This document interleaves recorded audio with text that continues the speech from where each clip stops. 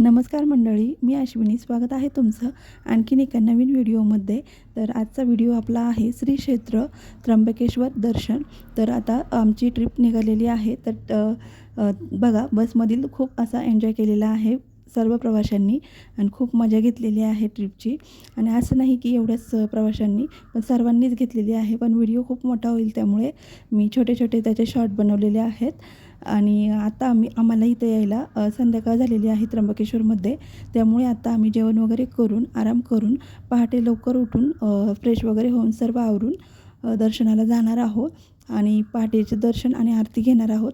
त्यामुळे व्हिडिओ शेवटपर्यंत नक्की बघा. आणि तुम्हाला देखील श्रावण महिन्यामध्ये घरी बसून त्र्यंबकेश्वराचं दर्शन होऊ शकतं. त्यामुळे व्हिडिओ शेवटपर्यंत बघा. आणि इथं गाण्याला मी व्हॉइस ओव्हर देते कारण कॉपीराईट येतं त्यामुळे. तर आणि व्हिडिओ शेवटपर्यंत बघा. व्हिडिओ आवडल्यास चॅनलला लाईक, शेअर आणि सबस्क्राईब करा. तर आता वाजलेले आहेत पहाटेचे 4:45 आणि आता आम्ही चाललेलो आहेत त्र्यंबकेश्वर मंदिरामध्ये दर्शनासाठी. तर पहाटेचे 4:45 वाजलेत, वाटत देखील नाही कारण भरपूर अशी माणसांची गर्दी आहे आणि छान असा पाऊस देखील पडून गेलेला आहे. त्यामुळे सर्वत्र गारवा आणि फ्रेश वातावरण आहे आणि एवढं पहाटेचं दर्शन घेणं खूप भाग्याचं आहे. आणि इथून बघा दर्शनाच्या रांगा चालू होतात ते आणि दर्शन रांगा भरपूर मोठ्या आहेत. भरपूर असा मोठा राऊंड आहे. पण मी थोडासाच घेतलेला आहे शूट करून की एवढं व्हिडिओ खूप मोठा होईल त्यामुळे. आणि याआधी देखील मी दोनदा नाशिकला येऊन गेलेली आहे, पण श्रावण महिन्यामध्ये पहिल्यांदा योग आलेला आहे. तर बघा, आमची दर्शन रांगी मंदिरापर्यंत आलेली आहे. मंदिरामध्ये प्रवेश करत आहोत आम्ही. तर बघा, हे आमच्यासोबत आलेले भाविक आहेत. आणि आज आहे बुधवार. तर श्रावणी सोमवारी जी काही मंदिराची सजावट केलेली होती ती बघा आहे तशीच छान अशी फ्रेश आहे. ताजी टवटवीत फुले आहेत बघा. आणि इथं आता गाभारा आहे.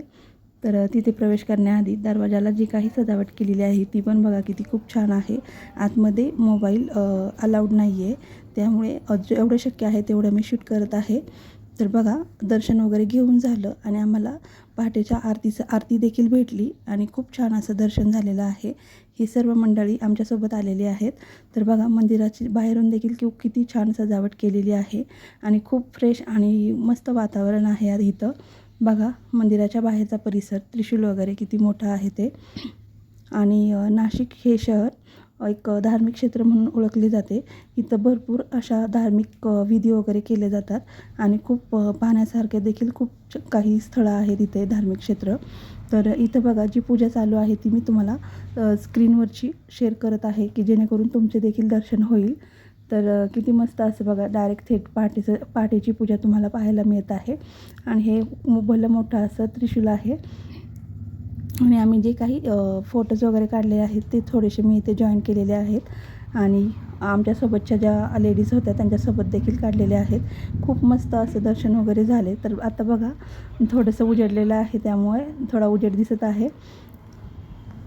तर नाशिकमध्ये पाहण्यासाठी पंचवटी, तपोवन, परत ब्रह्मगिरी भरपूर असे धार्मिक क्षेत्र आहेत आणि खूप मस्त आहे. तसं फिरायचं म्हटलं तर 8 दिवस देखील कमी पडतील आणि खूप मस्त असं सर्वच ठिकाणं पाहण्यासाठी छान आहेत.